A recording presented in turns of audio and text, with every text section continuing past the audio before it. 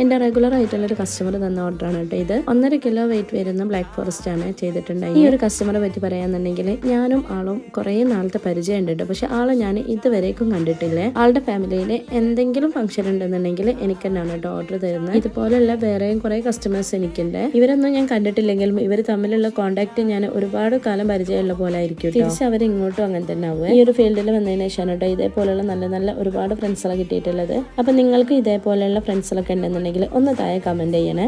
പിന്നെ ഈ ഒരു കേക്ക് വന്നിട്ട് നമുക്ക് കസ്റ്റമൈസ്ഡ് ഡിസൈൻ ആയിരുന്നു കേട്ടോ.